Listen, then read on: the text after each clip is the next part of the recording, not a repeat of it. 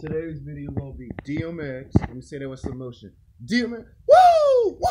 What? DMX versus Snoop Dogg. D-O-double-G, the Dog Father. Now these are two very controversial rappers. DMX from the East Coast, Snoop Dogg from the West Coast.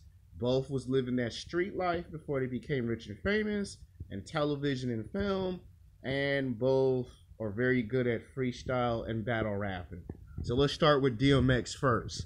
DMX was born and raised in Baltimore, Maryland.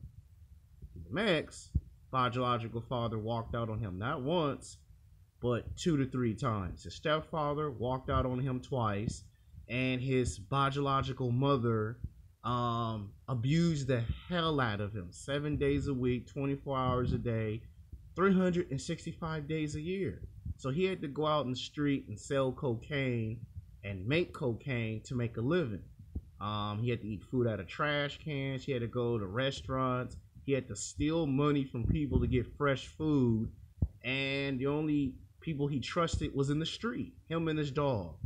And by the time he turned 12 or 13 years old, that's when DMX became a battle rapper slash freestyle rapper. And then by the time he got around 22, 23, going on 24 years old, he got his start in 1991 or 1992 when LL Cool J had this album or this song called 4321 with him and Method Man. And that's where DMX showed that he was real good on the mic. And LL Cool J said that he gonna be the guy that's gonna hold down the game in the next decade. A lot of people thought LL Cool J was just saying it to be nice, but he was serious. DMX was backstage talking to producers, and they told him to make a demo tape. But at that time, DMX didn't know what a demo tape was because he was late coming to the rap game. So he just put 13 songs on an album. And then he ended up doing a song with Jay-Z in 1993-94, Money, Cash, them hoes. What? Money, Cash, them hoes. Come on!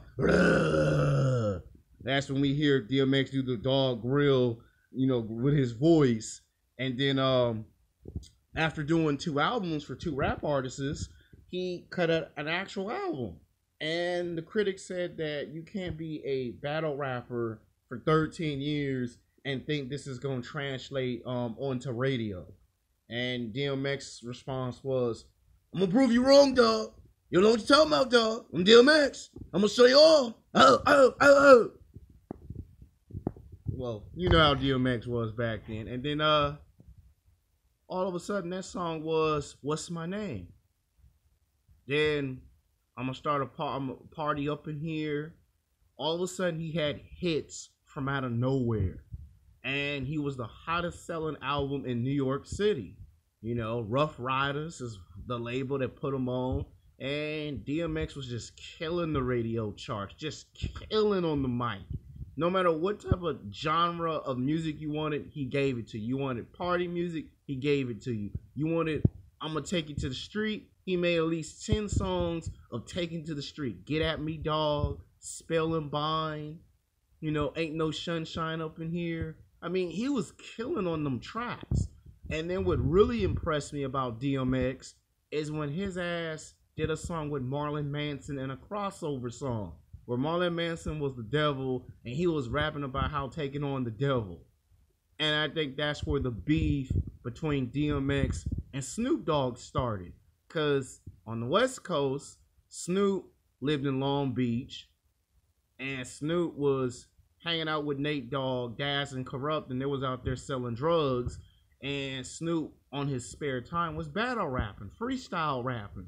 And Warren G went back to Dr. Dre and said, look, there's this kid, 16, 17, going on 18 years old, that can kill on the mic. Like, that was taking Snoop Dogg to rap parties, house parties, and he was just tearing it up on the mic. Like, nobody knew who he was. He would rap. He wouldn't stop. He wouldn't pause. And Dre was like, is that right? So they brought him in the studio, And he took this one song, ain't nothing but a G and baby. Death Row is the label that pays me. You know how Snoop rap fucking fast. And that's how the legend of the Dog Father began. He got signed to, he wasn't signed yet because Dre was with still NWA. Otherwise, you can imagine what would happen if Snoop was with them, but he didn't. And by the time Dre wanted out of Eazy-E and joined Death Row Records, Snoop's first official song was Murder. Murder was a case that they gave me. Murder, murder. Murder was a case that they gave me. Murder. And then he did Gin and Juice. Gin and Juice. Lay back with my mind on my money and my money on my mind. Snoop Dogg, Dogg. The Bone, Snoop Dogg. Yeah, it's been a while, but those were some Snoop Dogg songs that were killing the radio. Everyone had his albums. And of course, people like Maxine Waters and that other black lady, Congress lady, they were against Snoop Dogg in the 1990s. They were taking his rap albums, they were destroying his albums. Tupac's albums were getting destroyed. Daz and Corrupt's, Tupac's, DMX's and Jay-Z's were getting destroyed. It weren't just Snoop and Tupac's albums that were being destroyed. They were destroying some of their albums. And Snoop couldn't seem to understand why everybody was hating on him.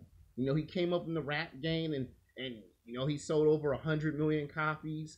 Album went from platinum to double platinum overnight. He had 5 hit singles in 1 week. That's how hot Snoop was. And this is Snoop doing a movie soundtrack and then his album at the same time.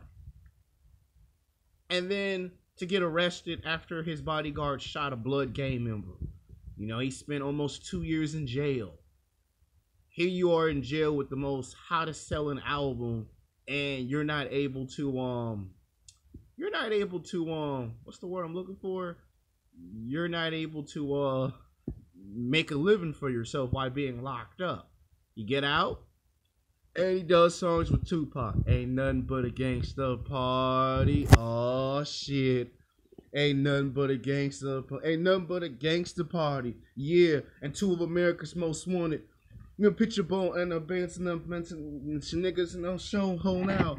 Cuz, blood, everybody gang banging. You got to bang paper in this world. You know the words in them songs. It's been a while since I've listened to it. And then Snoop and Tupac had a fallout. Snoop was gonna go to Las Vegas in '96. Tupac, told Snoop whatever, and Snoop left. Snoop cut another album in the studio. And then he heard Tupac got gunned down, and then Snoop didn't have no one with him. So he went off to No Limit.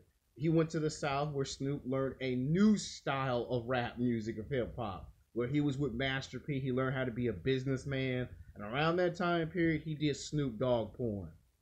Something that, again, he crossed over into mainstream. He did porn. It was like, oh shit, the Dogfather doing porn? Like, this was like 1997, 1998. He cut at least 3 albums with No Limit. He did songs, one of his best songs with No Limit was with C Murder. Fuck them niggas. Once in a while, I die for my niggas. What? Fuck them other niggas. He was on that album with C Murder, Silk the Shocker, Mystical, Master P. He was on there doing songs with them. And around that time period is where him and DMX had their little beef. Because someone in the media, not media, but in hip hop said DMX was the hardest rapper to do battle rapping and freestyling. And then someone came to Snoop with a comment, and Snoop kind of went like, DMX, who the hell is that, cuz? Fuck him, cuz. And that just started the whole damn shit. And when they went to New York City to do a concert, they were in the same location, in the same area, on the same, stage, but DMX and Snoop didn't come face to face. What happened was DMX was getting off stage after doing his songs, and DMX was leaving the stadium, and a limousine pulled up and DMX was already leaving, and that's when he got his glance at Snoop, and Snoop had his look like, what you want to do, cuz? And Snoop going into the arena to do his songs.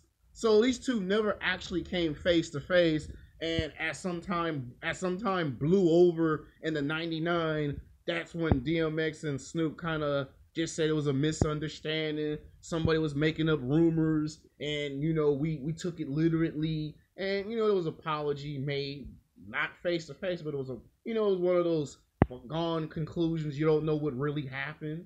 And by 1999, DMX did his "Ain't No for Sunshine" album for the movie soundtrack in 2000, but he got arrested.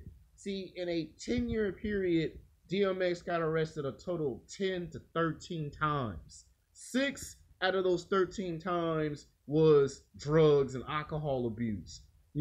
Trying to commit suicide. Going in and out of rehab. Assault and battery charges because he would beat up on his baby mamas. And Snoop decided to cut his own record label and hook back up with Dr. Dre, and Snoop was back like he never had left.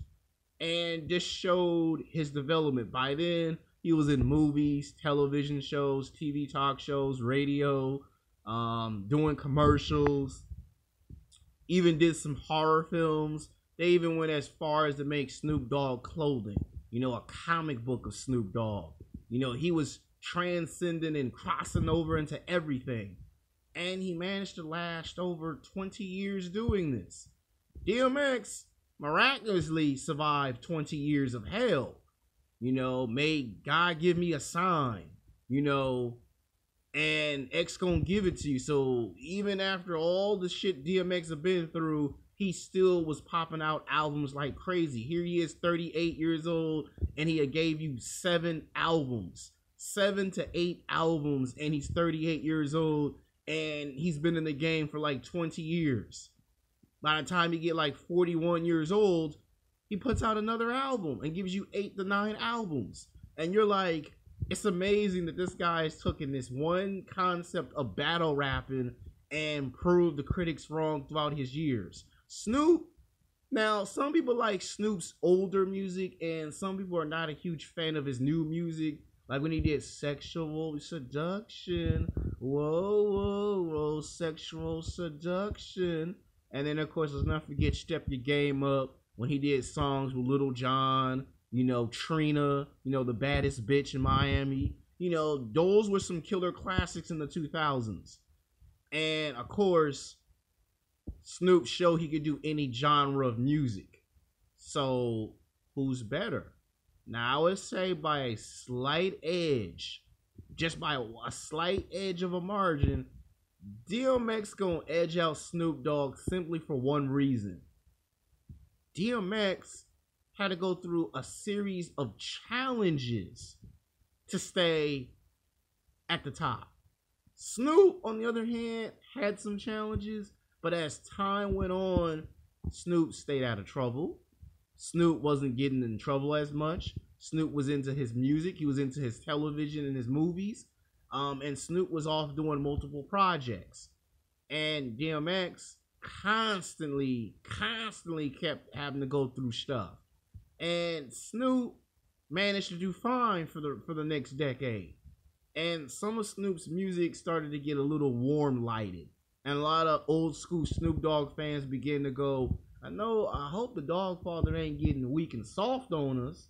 Which he indicated that he weren't getting soft. He just was trying to reach a different audience.